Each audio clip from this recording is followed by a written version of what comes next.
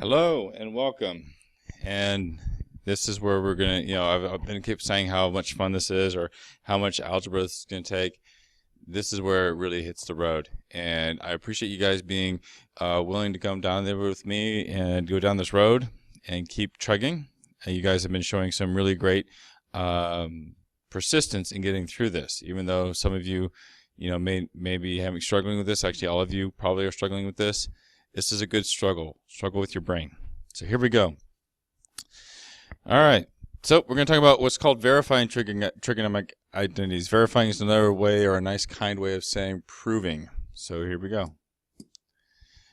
We're going to do a nice little warm-up. We're just going to start right off the back. What is verifying? Okay. Verifying means I need to prove or show that this is true. I want to show that tangent squared x plus 1 divided by 1 minus sine squared x equals secant to the fourth power. Whoa. Okay. So the rules for this is what it works like. I pick the side that looks the ugliest. In this case, this right over here is my ugly side. And I do some algebraic manipulations, and my final goal is to get an answer, or to simplify this side. So my goal is to just take a side that looks ugly, that side there, and simplify. And if all works out well, my answer will be secant to the fourth x. So let's find out if this works. So one of the things I take a look at is I say, hey, this tangent squared x plus 1, hey, and this 1 minus sine x squared, this reminds me of my Pythagorean identity, so I get my handy-dandy cheat sheet. And I see that tangent squared theta plus 1, that's this part right here, is equal to secant squared theta. So the identity I used was that tangent squared x plus 1 is equal to secant squared x. So that's what I did. So theta should really be x. Okay, so I want to use the same variables before. And then the 1 minus sine x squared. Well, what am I going to do with that? Again, I see another Pythagorean theorem, cosine squared plus sine squared x is equal to 1. Okay. Subtract the sine x from each side, I get cosine squared x is equal to 1 minus sine squared x. So 1 minus sine is going to be cosine squared x. Well, I can go ahead and I can break this again. Here comes the algebra skills. Once I've got, trig skills, now I have algebra skills. I can break this into saying, this is secant squared x times 1 over cosine squared x. And I go and take a look at my reciprocal identities up at the top there. And I find out that one of them says that 1 over cosine squared x is, not cosine squared, excuse me, cosine of x is equal to secant of x. Well, shoot. So that means that cosine squared is equal to secant squared. So now I have here, so secant squared x times secant squared x, and I multiply again. That gets me secant to the fourth of x. I just verified something. Verified means I showed things were true. So these over here are my list of identities that I used. When you're writing this stuff down, okay, it may be handy to write them down, but this is just so you can see what I am using. This right over here is the actual verifying part that you have to worry about, and my expectation for you to write down on. Okay? Next, I come over here and I say, let's go and say what's next. Varying a trig identity by combining fractions. Okay, this one's going to get messy. So again, I've got some fractions. I like fractions. Okay, first thing I got to do is I choose the side that looks the ugliest. All right, I'm going to be honest. This looks like the ugly side, right? And I'm going to do some algebra with it. So I want to simplify. Well, in order before I can simplify with fractions, I need to have common denominator. And again, the trick for common denominator is I'm going to take this denominator and I'm going to make a magic 1 out of it. And I'm going to go 1 minus cosine of x over 1 minus cosine of x. And I'm going to multiply it by this whole side over here. Sine of x over 1 plus cosine of x minus, and then I come over here to the other side, and I want to take this one over here. I'm going to make another magic one out of it. 1 plus cosine of x over 1 plus cosine of x. And it's going to get multiplied by what I had on this side. Sine of x over 1 minus cosine of x. And to save you guys some space, okay, I'm going to do a couple of things at once. One thing is I should see that I'm going to get a common denominator. But what is that common denominator going to be? The common denominator is going to be, well, 1 minus cosine x times 1 plus cosine x. Again, from our last lecture, we talked about recognizing that that's it ends up being the factored form of difference of two squares. So this becomes 1 minus cosine squared x is my common denominator. Over here on this side, when I multiply sine x times 1, I get sine x. And when I multiply sine x times a negative cosine x, I get a negative sine x cosine x. So the next side on this side, a negative sine x times 1 is a negative sine x. A negative sine x times that is a negative sine x cosine x, or minus, excuse me. Still extend this out. I can see here, hey, look, sine x, this cancel out. For my next little equal sign over here, I can combine negative sine x minus a sine x. Well, that's negative 2 sine x cosine x on top. But what about over here? Well, 1 minus cosine squared, again, I use that cosine squared plus sine squared is equal to 1. Subtract cosine squared from each side, I get sine squared x is equal to 1 minus cosine squared x. Oh, so that means that this is sine squared x. Well, I have one sine up here, cancels out with this sine here. I have a cosine over a sine. So I go ahead and take a look at my reciprocal and quotient identities, specifically my quotient identities, and I see that cotangent is equal to cosine over sine. So this is equal to a negative 2 cotangent of x. Whoa!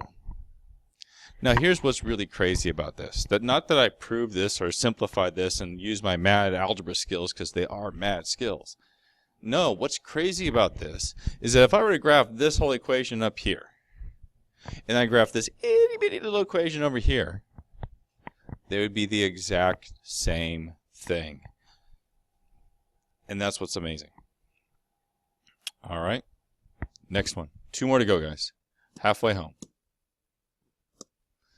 Verify that all that mess is this. So, can somebody tell me what the mess is? Is it the sine x? No. My messy side is everything over here. That's messy. So what am I going to do? So what I like to do on these is, my next little trick is to try and change everything to cosines and sines. That's my next little trick. So I do that.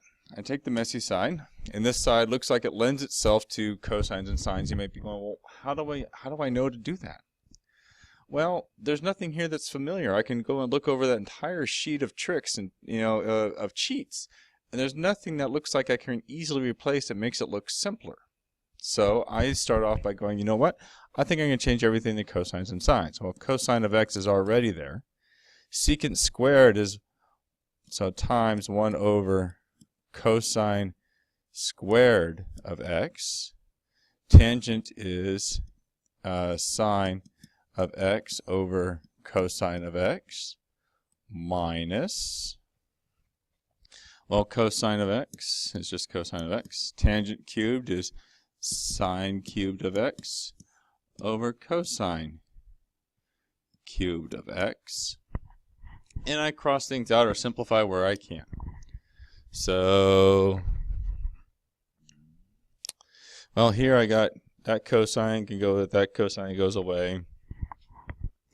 And this cosine here goes away with one of these. So instead of cosine cubed, I now have cosine squared. And I'm going to rewrite everything that I have here. So I have a 1 times sine of x is now just sine of x. Cosine squared is on my bottom of x minus, well, sine cubed is still up here, of x over cosine squared of x. And I go, wow, hey, look at that. I have a common denominator. Hey, you know what? Since I have a common denominator, I can put things together and I can say, well, this is now just sine of x minus sine cubed of x all over cosine squared of x. And then I can go a little bit further. I can say, you know what? On this top here, my simplifying part, I can make a fraction, a sign out of, right? I can make this be sine, take a sign out, sine of x out, and what I end up with is a 1 minus sine squared of x all over cosine squared of x. And now I see something familiar, the 1 minus sine squared of x. Hey, that's a Pythagorean theorem thing we've seen over and over and over and over again so far. And so by now you should be able to say, well, I can get rid of this and just call this cosine squared of x. And when I do that, look, the cosine squareds now, they can cancel out, and I'm left with sine of x.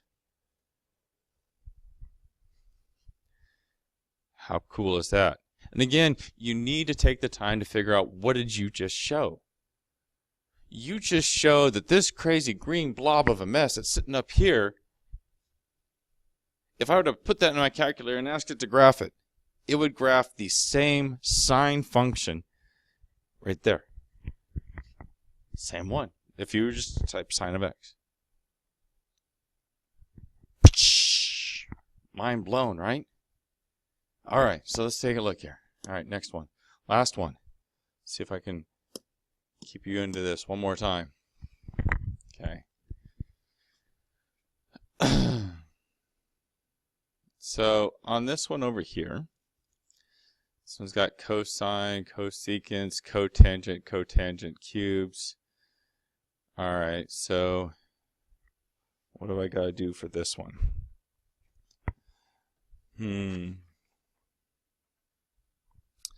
Well, they both look pretty ugly, right? So sometimes when they look pretty ugly, we got to do a little bit more. So let's start off here by saying, what can I do over here? I'm going to choose this one. And you know what? I'm going to come over here and I'm going to say I can factor out a cotangent. Because I see a step that I can do over here. This one, this side over here, I'm not sure if I can show a step. But this one, I think, you know what? I'm going to do this. I'm going to do cotangent. I can take the cotangent x out. And I know I'm going to have cotangent squared x plus 1. That's going to be my ugly side. So then I go, oh, yeah, hey, those Pythagorean identities, right? Because I see a cotangent, I see something squared plus a 1, and I got to be thinking to myself, oh, maybe they have something in there. And sure enough, they do. It's cosecant squared. So the identity I'm using is cotangent squared x plus 1 is equal to cosecant squared x. And again, I don't know these. Why? I just see, hey, look, this right here, that looks like a Pythagorean thing. That looks like something squared plus 1. I got to go check it out, see if it's there. And sure enough, there it is.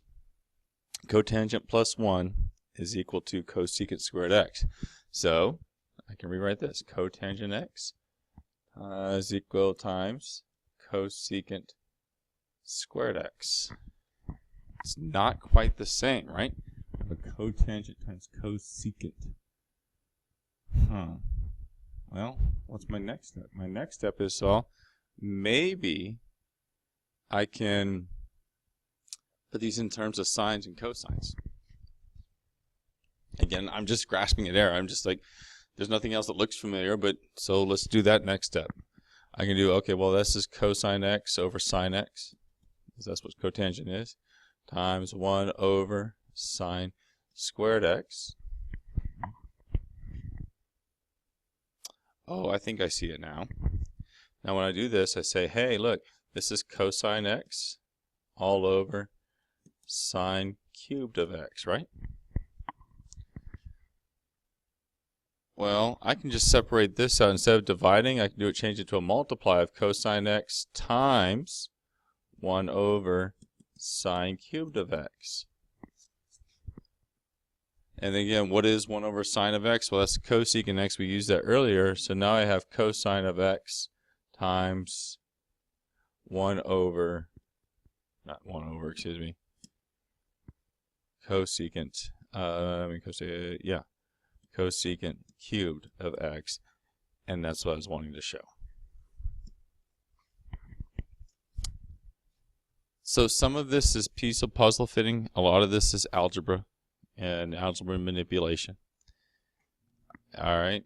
These are things, these are steps that I think that you should show. In fact, they're so important, these steps, that there's steps here.